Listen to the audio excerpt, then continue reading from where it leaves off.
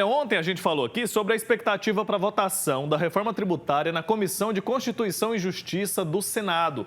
Pois bem, a análise foi feita e o texto foi aprovado pela CCJ.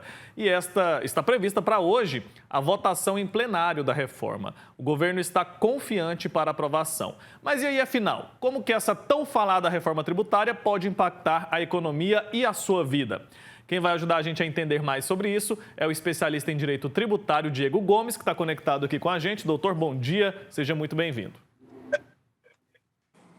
Olá, Wilker, muito bom dia a você e todos que estão nos assistindo. Uma satisfação poder falar desse assunto tão importante nas nossas vidas. Pois é, doutor, parece que é um tema que está distante, né? Mas não, impacta diretamente na nossa forma de consumo, nos impostos que a gente paga, no nosso bolso, né? Exatamente. O direito tributário ele está na nossa vida em todos os setores, né? Quando a gente vai ao supermercado e compra um saco de arroz, 1 quilo de carne, quando a gente abastece o carro, quando a gente pega um ônibus, em todos os setores da nossa vida, os tributos estão envolvidos. Então, é um assunto extremamente relevante na nossa vida, que vai ser votado agora no plenário do Senado e, sem dúvida nenhuma, vai afetar a vida de todos nós. Pois é, doutor, a gente ouve falar sobre reforma tributária aqui no Brasil há muito tempo, né? Por que é tão difícil concluir, botar em prática uma mudança tributária num país como o nosso? Exatamente, Wilker, há muito tempo, né? Foram várias tentativas de fazer uma reforma tributária, várias outras PECs que não passaram de projetos.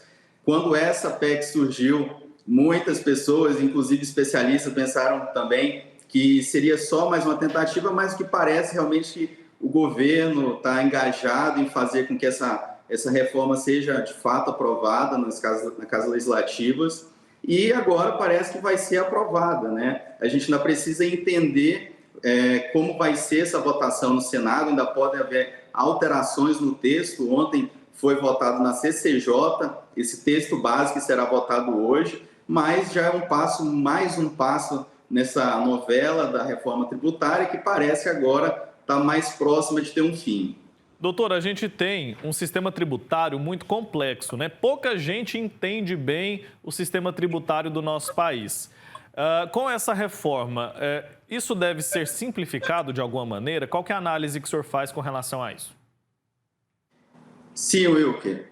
Essa proposta ela prevê a criação de 2 novos impostos, a CBS e o IBS, que são impostos federais, que eles tendem, a proposta é que sejam substituídos o PIS, COFINS, ICMS e ISS, junto com o IPI. Então, nós estamos falando de uma substituição de 5 impostos para a criação de 2 impostos. Então, a tendência é que, de fato, seja muito mais simplificado.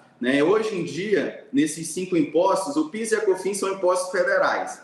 O ICMS é um imposto estadual, que incide em operações quando nós compramos mercadorias, quando vamos ao supermercado, compramos carne, quando compramos arroz, abastecemos o carro, incide o ICMS. E o ISS é quando nós contratamos um serviço, serviços médicos, serviços odontológicos, enfim, serviços gerais.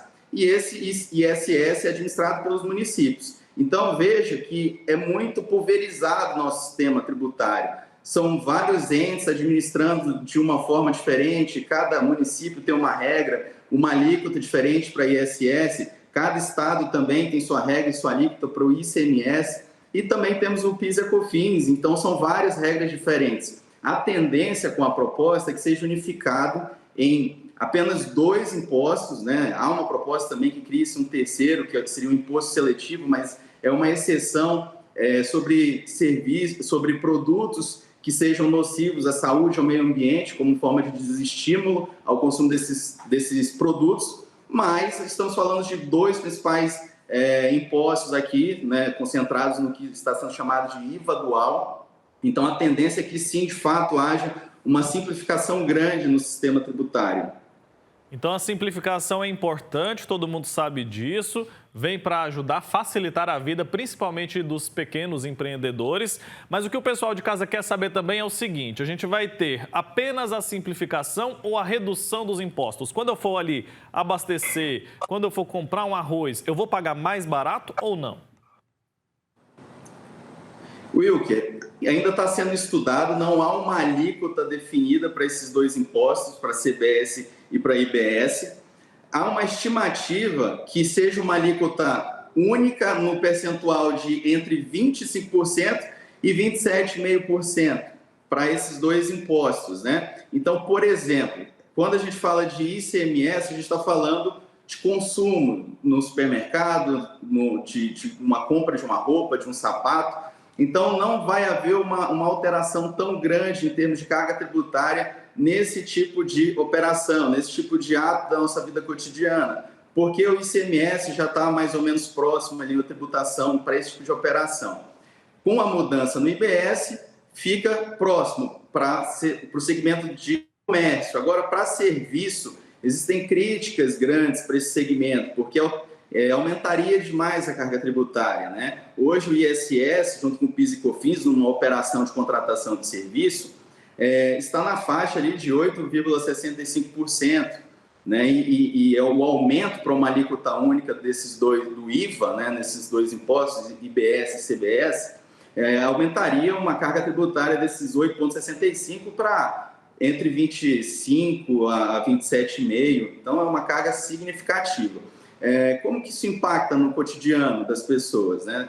Uma contratação de serviço, muito provavelmente esse preço será repassado dos prestadores de serviço, então serviços médicos, serviço odontológico, contabilidade, engenharia, serviços de modo geral, há uma tendência que seja aumentado, mas há uma previsão na reforma tributária que itens de cesta básica tenham uma desoneração, né? Então, também é um impacto significativo. Aí, itens de cesta básica, estamos falando de consumo, que seria o ICMS, agora vai ter essa desoneração. Não sabemos exatamente ainda como será, já foi cogitado um cashback, já foi cogitado um crédito. Agora, nesse novo texto, implementaram duas formas diferentes de desoneração, uma para produtos mais básicos, outros para alguns outros produtos, né? Então, estamos todos juntos entendendo o novo texto que está sendo feito nessa reforma e o que vai ser aprovado ou não agora em votação, porque ainda podem ter alterações. Perfeito, doutor. Muito obrigado, viu, pelo tempo aqui com a gente, por nos ajudar a entender e esclarecer para quem está em casa essa reforma tributária que a gente ouve falar há tantos anos e agora finalmente parece que vai sair, né? Que seja para o bem dos consumidores e principalmente também, além dos consumidores, dos microempreendedores que sofrem muito com a tributação alta e complexa aqui no nosso país. Até uma próxima oportunidade, viu? Um abraço. Muito obrigado, Wilker. Um abraço. Tchau, tchau. É isso, gente. Mudanças, né? Muitas mudanças que a gente vem acompanhando.